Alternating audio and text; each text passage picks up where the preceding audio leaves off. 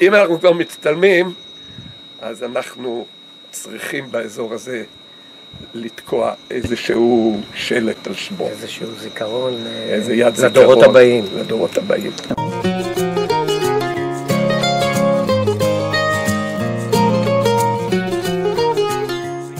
אי אפשר בלי חלקו של משה בקשיצקי, המכונה מוישקה, וכל מה שקשור למים ולחקלאות במשמרות.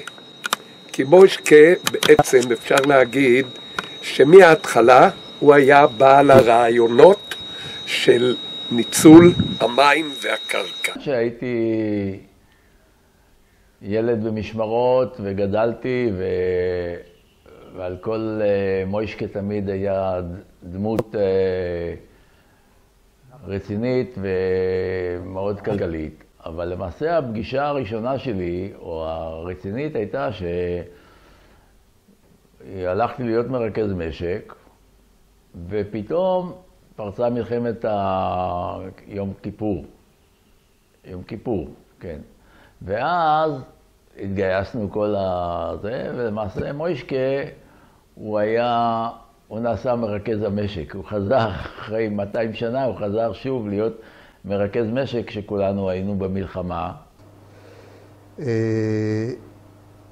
לדוגמה, כל הקטע הזה של חפירת הבריכה וכל מה שקשור למשאבות, נסעתי איתו לפתח תקווה, לקבלן שהיה תפקידו לסדר את המשאבות, לקנות, להביא. הגענו לפתח תקווה, ואחרי שגמרנו את המשא ומתן. השני זה שהיינו צריכים להציב את המשאבה השלישית, היו שתי משאבות במאגר, ואנחנו היינו צריכים להציב את המשאבה השלישית. היה לנו משאבה עם מנוע, והיא הייתה שואבת את המים מהמאגר, אבל ברגע שלא היו מים, אז הייתה יונקת אוויר ומפסיקה לשאוב. וככה היינו בערב מפעילים אותה, בבוקר באים, רואים המאגר, מלא וחזרה. לילה אחד, לילה שני, ולמחרת כבר צריך לבוא האיש שחופר את המשאבה השלישית. ואז מוישקה לוקח את הג'יפ, אנחנו נוסעים לתל אביב, באים לתקה, מתחננים, לא היה כסף, מתחננים שיתנו לנו פקודה. הלכנו לזגמה ביפו, הוצאנו את המשאבה, משאבת טבולה, שעובדת על חשמל, והמשאבה שרבה את המים. בבוקר באנו, מוישקה כמו ילד צעיר, רקד, משמחה, כן, והיה שמח, והצלחנו לשים את המשאבה השנייה. הסיפור השני שהתחיל חפירת נחלי מנשה, היו ויכוחים רבים, כי מאוד לא רצינו שהתעלה הפתוחה תחתוך את השטחים של משמרות. ומה שרצינו שיניחו במקום התעלה הפתוחה, יניחו צינור ויאפשר לו לפצל את השטחים. היה ויכוח גדול עם מע"צ שביצע את העבודה, והוויכוח הגיע עד לשר החקלאות שהיה אז חיים גבתי, וכשהוא שמע את זה, אז התגובה שלו הייתה, תנו להם כסף, הם יעדיפו את הכסף על פני הצינור, כך שלא יהיו בעיות. וככה גמרנו, מוישקה ואני, את הסיפור. מאז נקשרנו אני ומוישה, והוא ליווה אותי כפי שסיפרתי במאגר. לאחר מכן גם במאגר, אין מה להגיד, היה לו את כל הקשרים במשרד החקלאות, בטל, במקורות, והיינו הולכים ביחד לתל אביב, או יושבים ביחד ומתכננים את כל הנושאים. גם המאבק שלנו לעשות את המאגר, גם הוא עזר לנו כאן במשמרות. יש עוד סיפור, וזה עם קו חשמל. היו צריכים להעביר קו חשמל בתוך הבקים, והם תכננו, וחברת חשמל תכננה את החשמל באמצע השטח, מעל קו הברזים.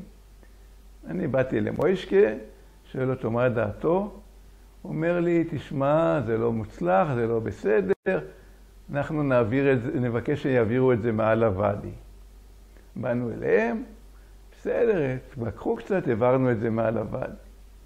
כעבור, אחרי שהם תכננו את המעבר מעל הוואדי, באנו לטייס, שהוא היה מרסס את השטח, הוא אומר, ואבוי, מה עשיתם? מעל השטח זה הרבה יותר טוב. באנו לחזרה לחברת חשמל, אמרו, לא, תכננו, רק התכנון עולה $1,000,000, אם אתם רוצים תשלמו, אבל היום אני חושב שיותר טוב מעל הוואדי, כי יש שם פרדסים, אז עדיף. מה שמוישקה התעסק לפני חפירת נחלי מנשה, זה תעלות שהוא קרא להם האינטרספטורים. אלה ניסו לנקז את השטחים. בזה הייתה ידו רבה, ואי אפשר, כשמדברים על חקלאות במשמרות, אי אפשר בלי לציין את שמו של משה בקשיצקי מוישקה ז"ל. עכשיו אי אפשר בלי להזכיר את מוישקה, כי מוישקה לימד אותנו הרבה מאוד דברים בסיסיים שאנחנו יודעים היום בקשר למערכות מים, כולל שאנחנו מכירים את המערכת הזו, שהוא בעצם ידע אותה מוקדם יותר, והוא הרי לא היה, בהשכלה שלו הוא לא היה איש מים. הוא למד את כל העסק הזה מתוך האינטואיציה החזקה שהייתה לו, ומהניסיון שהוא קנה דרך אנשי מקצוע שהקיפו אותו. והוא ידע מהר מאוד לנצל והוא היה יצירתי, כאילו בחשיבה שלו. אני מצטרף לדובי, בוא תעמוד יחד כי אנחנו נצטלם, וזה גם בקטע של מוישקה. עכשיו, בדרך כלל כשאתה מתחיל לעשות ניקוז במדינת ישראל, אתה מתחיל מהים, ולאט לאט מתקדם להרים, כדי שלא יוצף. בגלל מוישקה, כי לימדו לפי ים המלח, כי הוא הכי נמוך. בגלל מוישקה היה מנהל רשות הניקוז, אז לא התחילו כל כך מנחל תנינים, מכיוון מעגן מיכאל, אלא ניקזו וקודם כל את השטחים שגובלים במשמרות. זה היה ידוע, זאת הייתה פריבילגיה.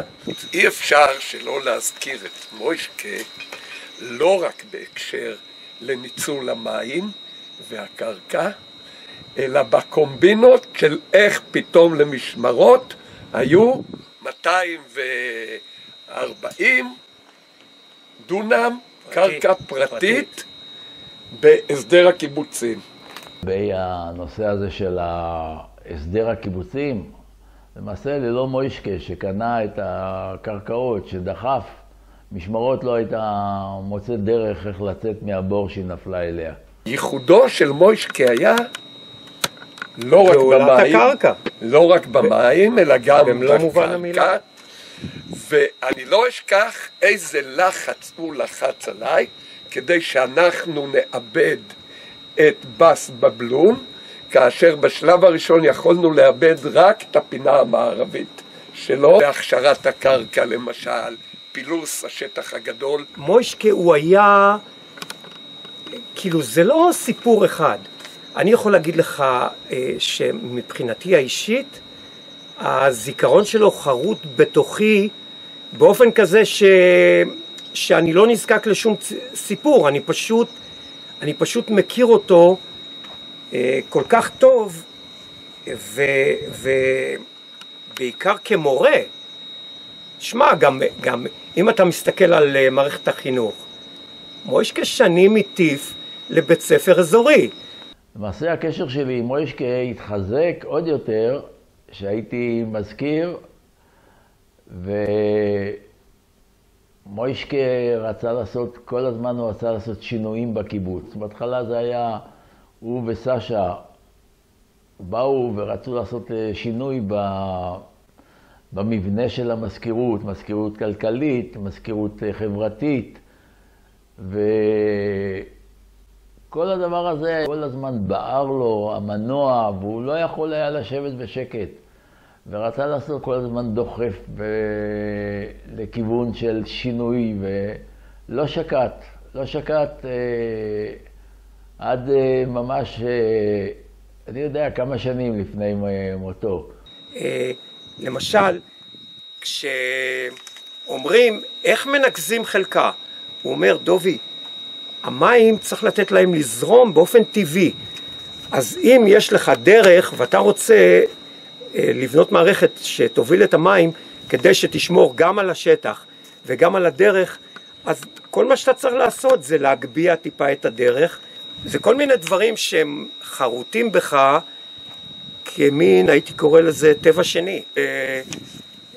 לשמור על אדמה חקלאית, לפתח אותה. אפשר לסכם במשפט אחד, לא למד כלום וידע הכל יותר טוב מכולנו.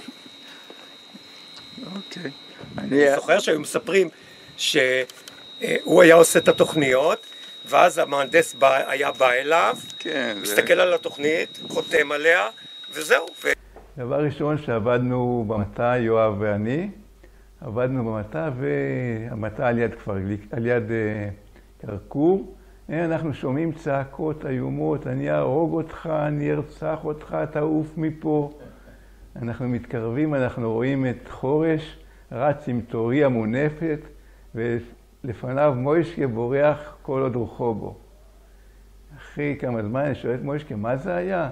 הוא אמר, הייתי צריך לנקז עם טרקטור בתוך השטח שלו, והוא לא הסכים שאני אכנס לשטח שלו. אבל הוא אומר, אחר כך ישבנו בשקט ועשיתי לו ניקוז, והוא גם הודע לי על הניקוז. הוא ייזכר אצלי, תמיד אני חושב עליו, כאחד האנשים החשובים שליוו אותנו. אי אפשר בלי חלקו של משה בקשיצקי, המכונה מוישקה, בכל מה שקשור למים ולחקלאות במשמרות.